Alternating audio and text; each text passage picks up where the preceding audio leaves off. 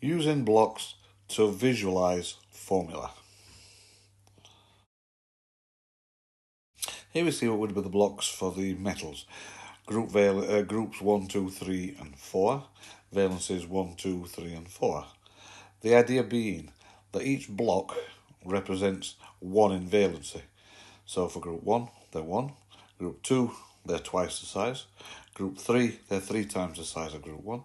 And group 4, they're 4 times the size of group 1. I've also put in the complex ion, which would be found in the data book page 8, for ammonia, which also has a valency of 1. Here we see the blocks for groups 5, 6 and 7, which would have a valency of group 5, 3, group 6, 2 and group 7, 1, as well as the complex ions, again found in the data book, page 8, for valencies of 1. These would be hydroxide ions, nitrate ions, valency of 2, which would be carbonate ions, sulfite ions, sulfate ions, and a valency of 3, phosphate ions. Remember, anything that finishes ite or ate will always have oxygen present. The formula for these things is always given at the top in the data book page 8. You see straight away that if we take something from group 1, we'll take sodium, and we'll react that with something from group 7, we'll take fluorine. They match. So we've got a 1-to-1 ratio. So we'll have sodium, fluoride.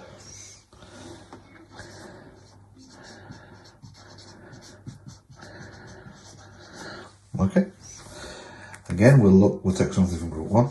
We'll take potassium this time. We'll take something from group 6. We can see straight away, using this idea, that they don't match. We need another thing from group 1, another potassium. So we can see there, we're going to need 2 potassiums to equal 1 oxygen. We get the formula potassium, of which we have 2 of oxygen. Potassium oxide. If we take something from group 2 of the metal side and something from group 1, we'll take chlorine. We say again, see they don't match. So we need a second chlorine. The formula. In this case it's going to be calcium and 2 chlorines, so calcium chloride. Calcium chloride. We've got 2 of them.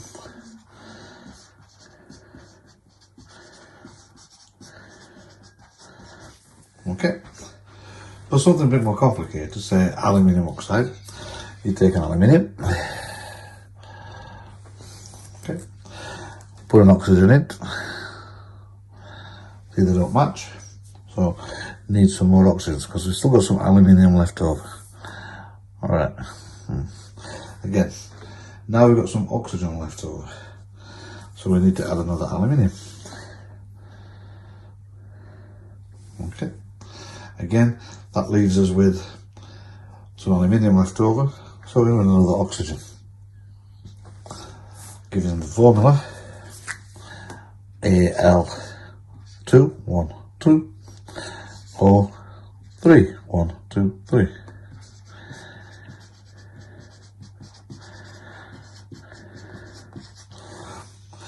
And works the other way around as well. Goes back.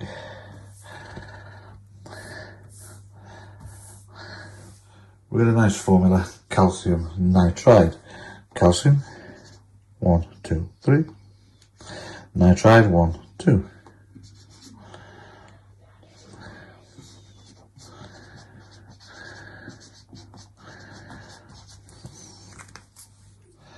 Carbon, which has got a valency of 4, can react both with the metals or the non-metals.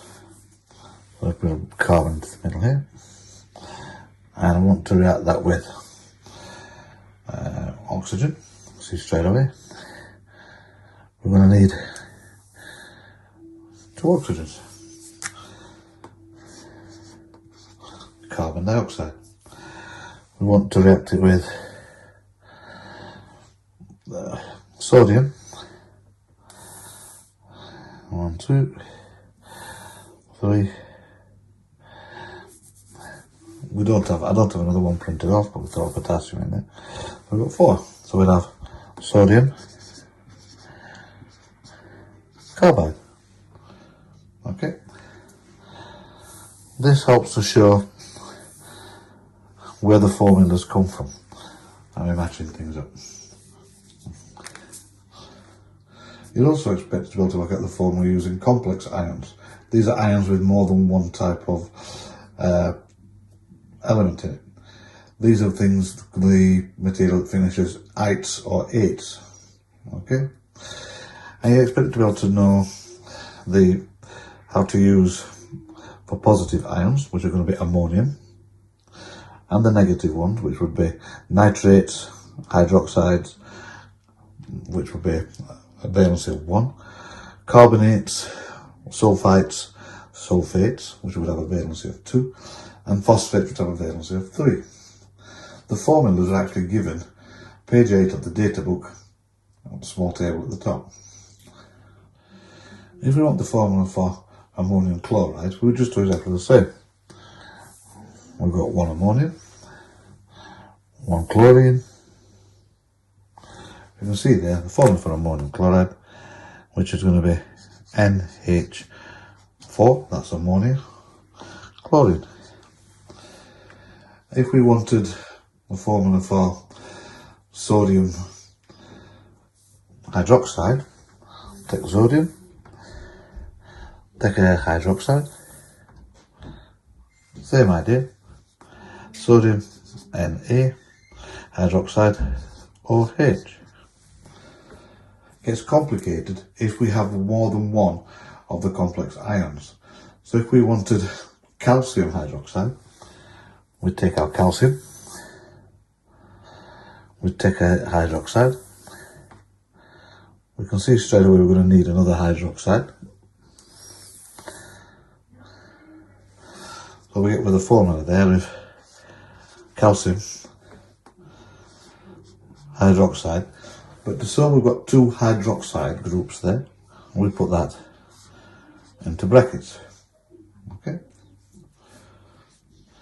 If we look for a formula like aluminium phosphate, we would take our aluminium, we would take our phosphate. We can see how they match perfectly. So it would be aluminium and then phosphate, PO4. If we wanted calcium phosphate, again, we would take our calcium, we would take phosphate. We can see straight away that we're going to need another calcium. Again, we're going to need another phosphate,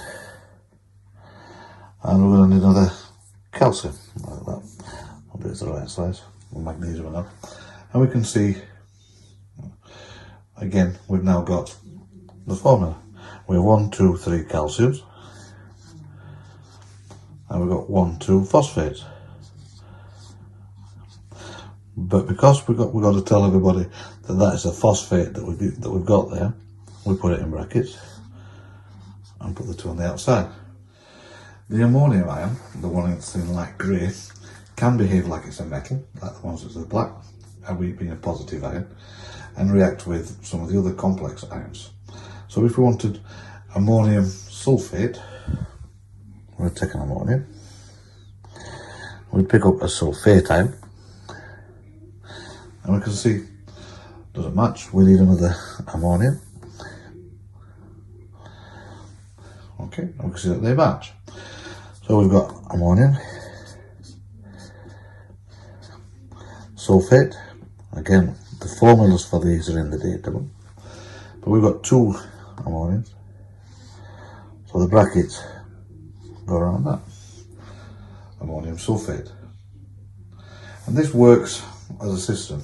It's cumbersome, but it does work. Easiest way, as I said, is to use the valence swap method. So in that case, I would have ammonium, I would have sulfate, and I would write in their valency.